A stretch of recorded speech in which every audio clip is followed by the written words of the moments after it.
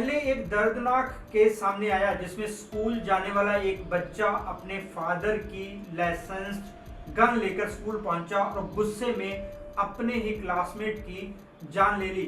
ये सुनने में किसी क्राइम शो की कहानी लगती है, लेकिन ये सच्चाई है और ये सच्चाई हमें बहुत गहरे सवाल पूछने पर मजबूर करती है।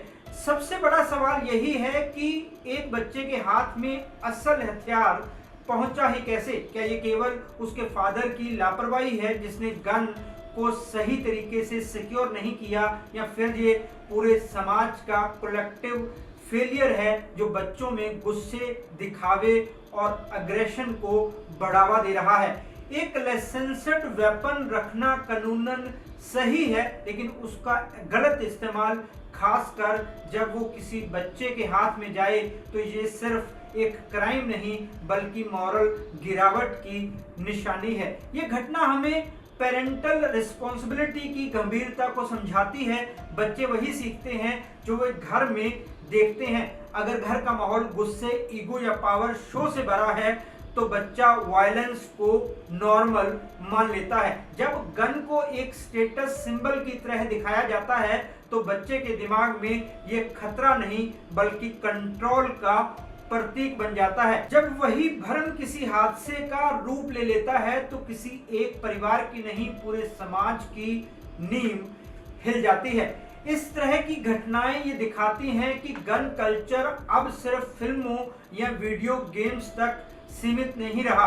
ये धीरे धीरे हमारे घरों और बच्चों के माइंडसेट में घुस चुका है। सवाल ये नहीं कि बच्चे को कितनी सजा मिलेगी, बल्कि ये है कि हम इस दर्दनाक एक्सपीरियंस से क्या सीखेंगे।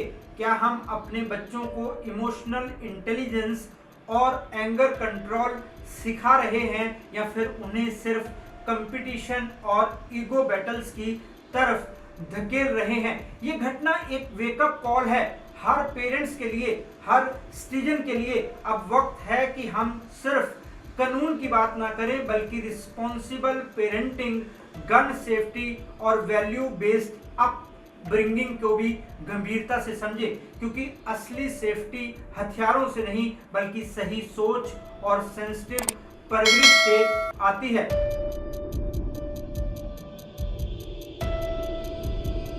नमस्कार दोस्तों, मैं हूं राहुल राय गुप्ता और आप मुझे डिटेक्टिव गुरु के नाम से भी जानते हो, और हम करते हैं देश विदेश में पर्सनल और कॉर्पोरेट इन्वेस्टिगेशन।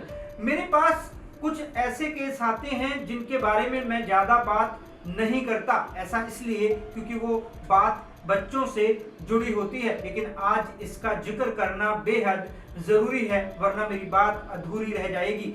ऐसे केसेस में बच्चों के पेरेंट्स बच्चों की जासूसी करवाना चाहते हैं अपने स्कूल जाने वाले बच्चों के लिए। ये सुनकर आपको शायद हैरानी हो रही होगी। वो ऐसा इसलिए चाहते हैं क्योंकि उनको अपने बच्चों में अलग तरह के चेंजेस दिखाई देते हैं। जैसे बच्चा बहुत ज़्यादा गुस्सा दिखाता है, बार बार बदतमीजी भरे जवाब देता है, अपने बहन भाइयों को धमकाता है, कभी कभी उन्हें पीट भी देता है। बच्चों के पेरेंट्स जानना चाहते हैं कि आखिर बच्चा ये सब कहां से सीख रहा है। कई पेरेंट्स ने मुझे बताया कि उन्होंने अच्छे से चेक किया, उनके घर का या आसपास का माहौल ऐसा नहीं है, फिर भी उनको ये समझ नहीं आ रहा कि बच्चों के अंदर इतना एग्रेशन कहां से आ रहा है। तो मैं पहले पेरेंट्स को काउंसलिंग देता हूं कि वो बच्चों के साथ कैसे पेश आएं, कैसे पता लगाएं कि बच्चों का बिहेवियर क्यों बदल रहा है। उसके बाद बच्चों की बारी आती है। वैसे कई केसेस में तो पेरेंट्स को ही समझ आ जाता है कि उनसे कहां गलती रही है।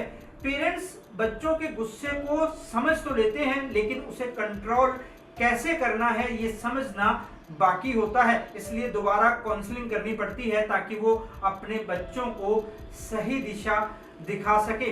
इस टॉपिक पर मैं एक अलग वीडियो लेकर आऊंगा, क्योंकि आज हम बात करेंगे बच्चों के हाथ में गन क्यों नहीं आनी चाहिए। इस बात का जिक्र इसलिए जरूरी था ताकि हम ये जान सकें कि बच्चों के अंदर गुस्सा उनसे क्या करवा सकता है। वो गुस्सा ही था जिसकी वजह से बच्चा अपने फादर की गन लेकर स्कूल गया और अपने क्लासमेट को ही मार डाला। 5 पॉइंट्स में बात करेंगे। हम समझेंगे कि हमारे देश में गन कल्चर क्या है, कौन इसे बढ़ावा दे रहा है, बच्चे इससे क्या सीख रहे हैं, फैमिली और समाज की क्या जिम्मेदारी है, स्कूल इसमें क्या कर सकते हैं, बच्चों को क्या समझना चाहिए, इन सभी पॉइंट्स के बाद आपको क्लियर हो जाएगा कि अगर घर में गन रखनी है तो क्या करना चाहिए। तो चलिए शुरू करते हैं। डिटेक्टिव गुरु